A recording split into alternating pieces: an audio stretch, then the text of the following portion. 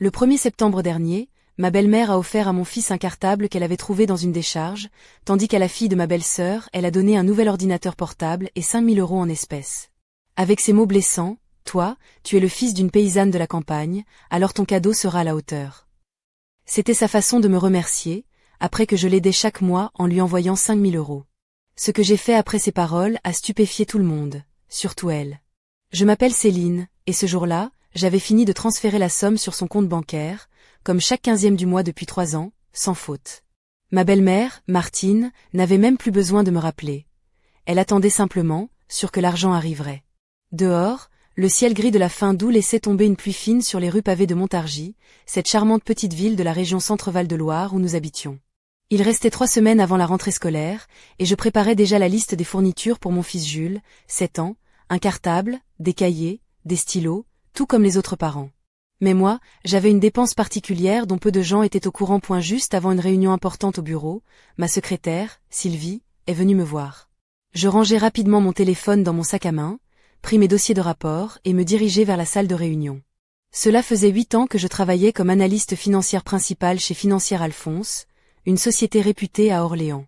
Mon salaire suffisait largement à subvenir aux besoins de ma famille et à aider Martine. Enfin, aider n'était pas le mot juste.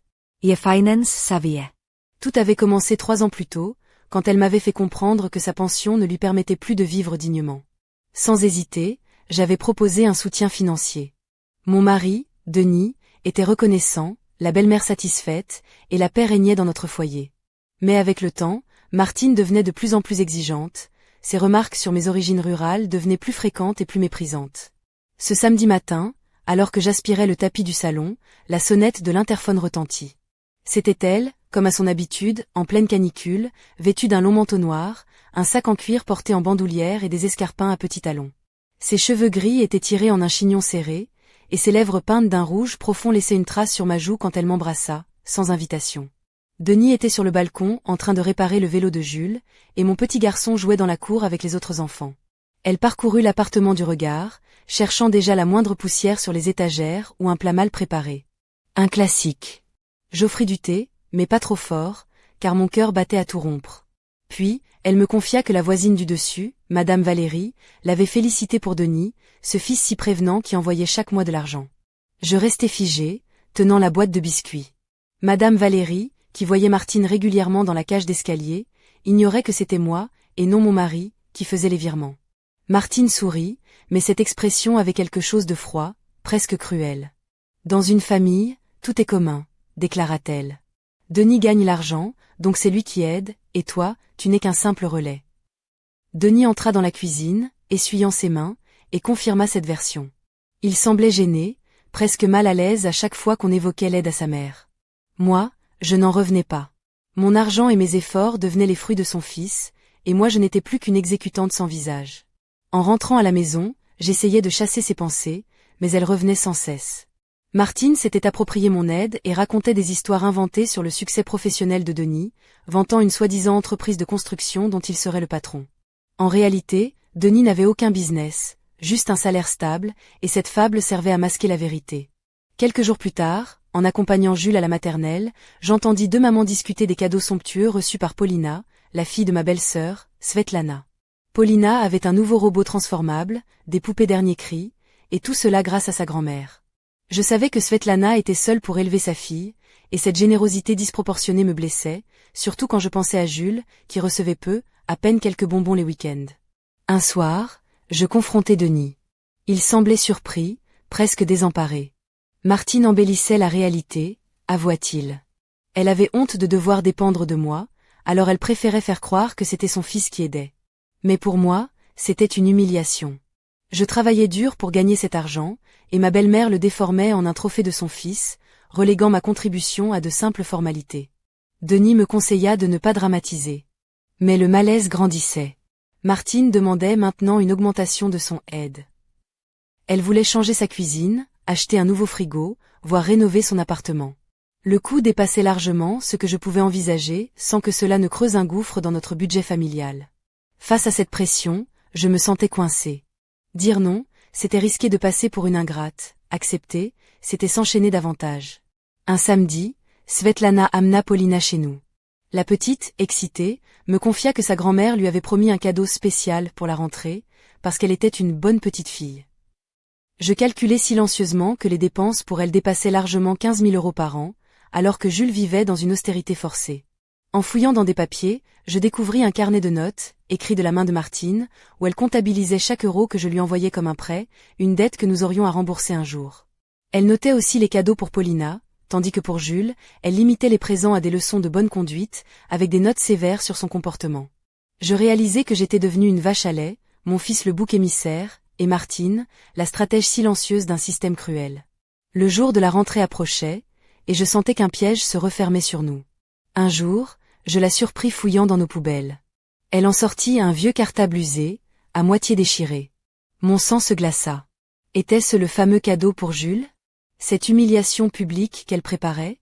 Lorsque je confrontai Denis, il ne voulut pas y croire. Mais moi, je savais. Le 1er septembre, dans son appartement décoré de ballons et de guirlandes, Martine présenta Paulina comme sa petite fille chérie, tandis que Jules n'était que le fils de sa belle-fille. Quand vint le moment des cadeaux, Paulina reçut un ordinateur dernier cri et une enveloppe bien garnie. Jules, lui, reçut ce cartable déchiré, trouvé dans les ordures.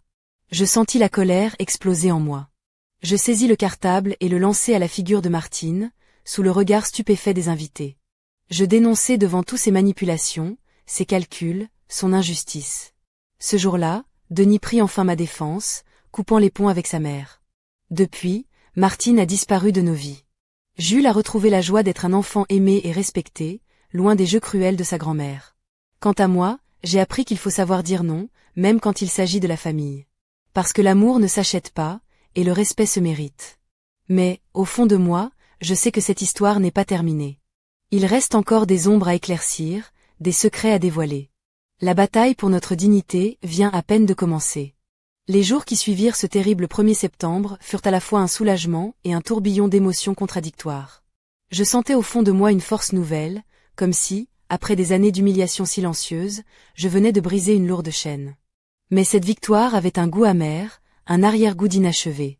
À Montargis, la vie semblait reprendre son cours paisible, avec ses ruelles pavées, ses façades à colombages et ses marchés où l'on vendait du fromage de chèvre et du miel local. Pourtant, chez moi, tout était en ébullition. Denis et moi avions décidé de ne plus jamais laisser Martine s'immiscer dans notre famille, mais je savais que cette femme avait des ressources insoupçonnées, et que sa rancune ne s'éteindrait pas facilement. Cette nuit-là, alors que Jules dormait profondément dans sa chambre, je m'installai dans le salon, une tasse de tisane à la main, les pensées tourbillonnant plus vite que les feuilles mortes emportées par le vent d'automne. Je repensais à tous ces petits arrangements, ces mensonges couverts d'un voile d'apparente bienveillance, ces cadeaux inégaux, ces regards lourds de sous-entendus. Je me surpris à sourire amèrement. Qui aurait cru qu'un cartable déchiré, trouvé dans une benne à ordures, deviendrait le symbole de notre combat? Martine croyait m'écraser, humilier mon fils, me réduire au silence. Mais elle avait réveillé en moi un feu qui ne demanderait qu'à s'étendre. Le lendemain matin, le ciel était bas, chargé de nuages lourds, comme un reflet de mon humeur. Je déposai Jules à l'école primaire Victor Hugo, un établissement modeste mais chaleureux, où les enfants apprenaient à lire, écrire et découvrir le monde. Jules, malgré tout ce qu'il avait traversé, affichait un sourire radieux, insouciant, comme si le poids des adultes ne pouvait l'atteindre. En le regardant s'éloigner, je me promis de le protéger coûte que coûte. Il méritait de grandir dans un univers où l'amour ne serait pas conditionné, où il pourrait s'épanouir sans craindre le jugement ou la méchanceté déguisée. De retour à la maison, je me plongeai dans mes recherches, déterminé à comprendre comment j'avais pu être si aveugle si longtemps. Je fouillai mes archives, relus les notes, les factures, les messages, chaque détail devenait une pièce du puzzle. Et c'est alors que je découvris un échange d'emails entre Martine et Svetlana, ma belle-sœur, qui me glaça le sang. Ils parlaient d'un plan pour remettre les choses à leur place, évoquaient une mise en scène destinée à faire comprendre à cette fille de la campagne qu'elle n'avait rien à faire ici. Le ton était froid, calculateur, presque cruel. Svetlana, avec son sourire enjôleur et son air de fille modèle, se révélait être la complice silencieuse de cette machination. Je souris, cette fois sans amertume, mais avec la détermination de celle qui vient de démasquer un ennemi. Si elle pensait que ce jeu cruel mettrait fin à ma résistance, elle se trompait lourdement. Les jours suivants, je pris soin de renforcer mes liens avec mes amis, mes collègues, et même certains membres de la famille élargie. Je savais que pour affronter cette tempête, il me faudrait des alliés solides. Denis, bien que parfois hésitant, était de plus en plus à mes côtés, prêt à défendre notre foyer. Un après-midi pluvieux, alors que je rangeais des papiers dans mon bureau, mon téléphone vibra discrètement. Un message anonyme s'afficha, ne sous-estime jamais une femme qui protège son enfant.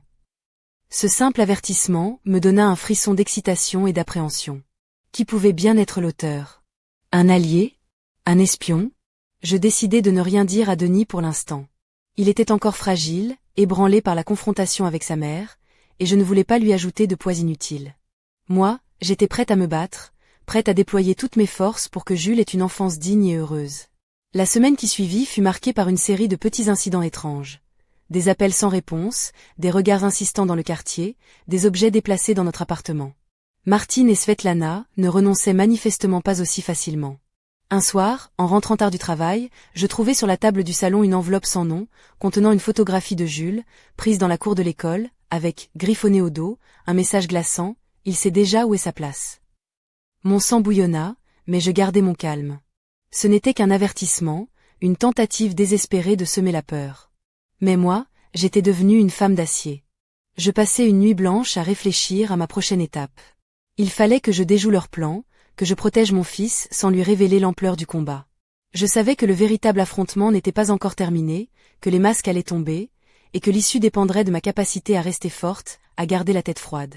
Je jetai un dernier regard vers la chambre de Jules, où il dormait paisiblement, ignorant tout du tumulte qui secouait notre existence. Mon cœur se serra. Pour lui, je serais prête à tout. Le lendemain, je pris une décision. Je contacterai un avocat spécialisé en droit familial, je demanderai conseil à des experts, je rassemblerai des preuves. Cette fois, la bataille ne serait plus seulement silencieuse et intérieure. Elle serait publique, ferme, et sans concession. Car dans ce jeu cruel de pouvoir et de manipulation, il ne s'agissait plus seulement de moi ou de Denis. Il s'agissait de l'avenir de notre fils, et je saurais me battre pour qu'il grandisse dans un monde où l'amour et le respect ne sont pas seulement des mots, mais des réalités. Mais au fond de moi, une question demeurait, plus inquiétante que toutes les menaces. Jusqu'où était-elle prête à aller pour garder leur emprise? Et quel secret cachait encore Martine, enfoui quelque part dans l'ombre de cette famille? Je savais que la réponse se rapprochait, que bientôt le voile se lèverait, mais à quel prix? Mon combat venait à peine de commencer. L'aube d'un nouveau jour se levait sur Montargis, enveloppant la ville d'une lumière douce et diffuse, presque irréelle.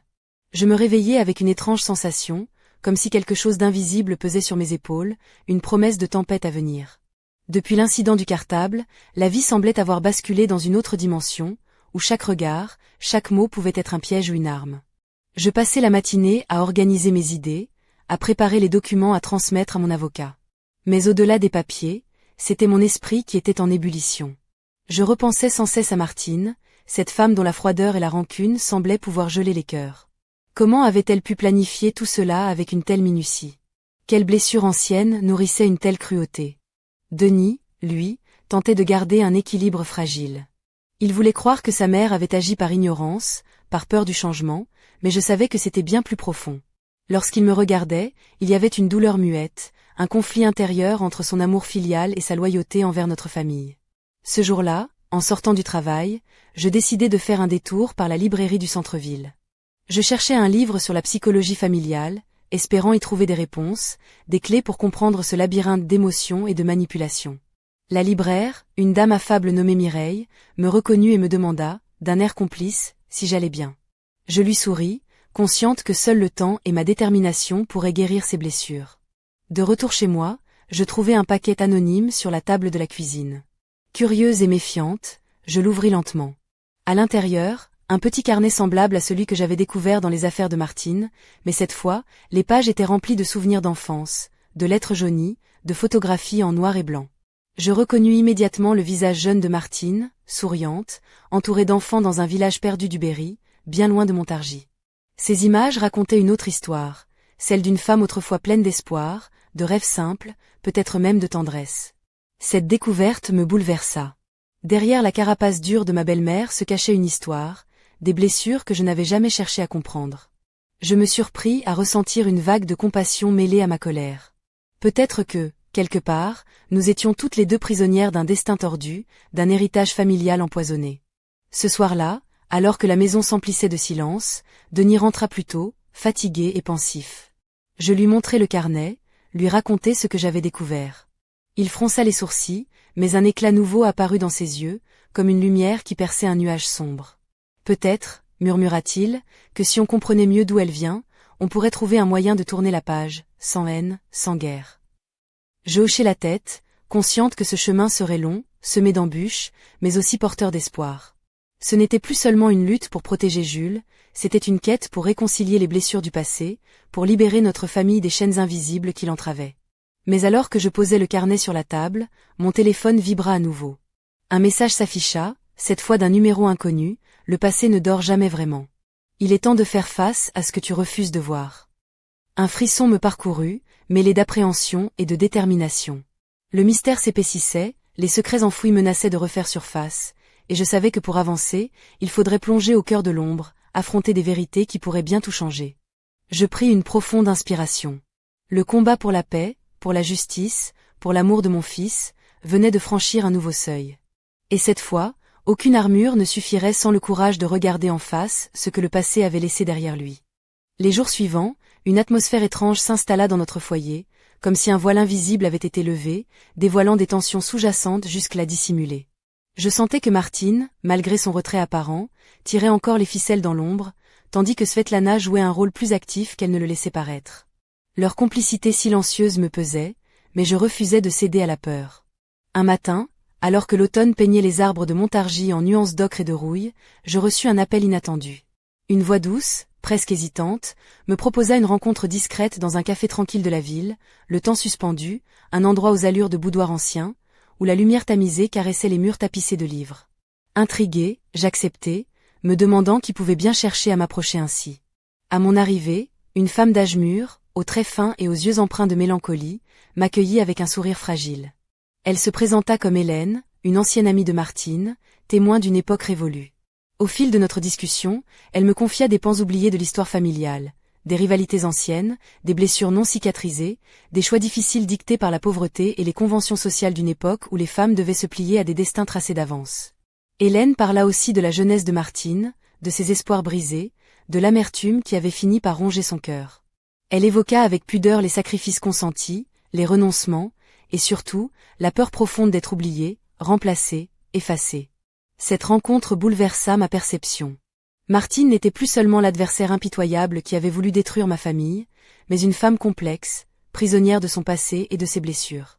Cette révélation ne justifiait rien, mais offrait une clé pour comprendre. De retour chez moi, je me sentis habité par une nouvelle énergie, mêlée d'empathie et de fermeté. Il était temps de reprendre le contrôle, de transformer cette histoire douloureuse en une page où la lumière pourrait enfin percer. Cependant, la paix restait fragile. Quelques jours plus tard, en ouvrant ma boîte aux lettres, je découvris une enveloppe cachetée d'un sceau ancien, sans expéditeur. À l'intérieur, un simple papier jauni portait une phrase énigmatique. Dans chaque famille, les secrets sont des racines. Certains nourrissent, d'autres étouffent. Je compris alors que cette bataille n'était pas seulement la mienne, ni celle de Martine, mais celle d'un héritage plus vaste, d'une histoire que nous devions affronter pour pouvoir avancer. Je levai les yeux vers le ciel gris de Montargis, sentant que, malgré les vents contraires, un souffle nouveau soufflait. Le chemin serait long, semé d'épreuves, mais j'étais prête. Pour Jules, pour Denis, pour moi-même. Et tandis que les feuilles mortes dansaient dans la rue, je sus que l'automne serait le théâtre d'une renaissance, où chaque vérité dévoilée ouvrirait la voie à une liberté chèrement conquise. Les jours s'égrenaient en Montargis, enveloppés par le parfum doux amer des feuilles mortes et le souffle frais d'un automne qui s'installait sans concession. Mon esprit, pourtant fatigué par les incessantes batailles familiales, s'emplissait d'une détermination nouvelle, nourrie par ces confidences inattendues et par la volonté farouche de protéger Jules coûte que coûte. À mesure que je parcourais les pages jaunies du carnet trouvé chez Martine, que j'écoutais les récits d'Hélène et que je décryptais les messages énigmatiques laissés sur mon chemin, une vérité s'imposait. Cette histoire ne se limitait pas à une simple querelle de belle famille. C'était un héritage lourd, un poids ancestral tissé de non-dits, de rancunes et de blessures transmises tel un flambeau empoisonné. Un soir, alors que la nuit tombait sur les toits en ardoise et que les lampadaires diffusaient une lumière dorée, Denis rentra plus tard que d'habitude. Son visage portait les traces d'une journée marquée par l'inquiétude. Sans un mot, il posa un dossier épais sur la table de la cuisine. À l'intérieur, des documents, des relevés bancaires, des contrats anciens, mais aussi des lettres d'un autre temps, mêlant affaires familiales et secrets bien gardés. Il avait entrepris ses propres recherches, motivé par le désir de comprendre, mais aussi de réparer. Nous passâmes la soirée à décortiquer ces archives, révélant peu à peu un réseau complexe d'alliances, de trahisons et de choix difficiles. Chaque découverte éclairait d'un jour nouveau le comportement de Martine, mais ne justifiait en rien ses actes récents. Pourtant, au-delà de la rancune, je sentais poindre une forme de compassion, fragile mais sincère. Nous étions tous prisonniers d'un passé qui nous façonnait, parfois contre notre gré. Le lendemain, je pris la décision de ne plus fuir, de ne plus me contenter de subir. J'organisai une rencontre avec Martine, dans un lieu neutre, un petit salon de thé aux boiseries patinées, où la douceur des parfums de vanille et de cannelle semblait suspendre le temps. Elle arriva, impeccable dans son tailleur noir, le visage masqué par un masque de dignité froide. Mais derrière cette armure, je percevais une tension palpable, une attente mêlée d'appréhension. Je ne lui reprochais rien, du moins pas directement. Je lui parlais de Jules, de son innocence, de son droit à grandir dans un environnement où l'amour ne serait pas un champ de bataille. Je lui tendis les photos, les lettres, les preuves de notre volonté commune de guérir. Martine écouta, silencieuse, ses yeux trahissant un tumultueux mélange d'émotions. Puis, dans un souffle, elle avoua certaines blessures, certaines peurs. Ce fut un moment fragile, suspendu, où deux femmes, autrefois ennemies, commencèrent à entrevoir une possible réconciliation. Mais le chemin restait long. Car dans l'ombre, Svetlana continuait de manœuvrer, et les vieux démons du passé menaçaient de tout emporter. Ce soir-là, en rentrant chez nous, je trouvai sur le pas de la porte un petit objet, une clé ancienne, ornée de symboles mystérieux. Pas de message, juste ce signe discret. Je compris alors que, malgré les avancées, le mystère familial recelait encore bien des secrets. Des portes restaient fermées, des vérités enfouies attendaient d'être découvertes.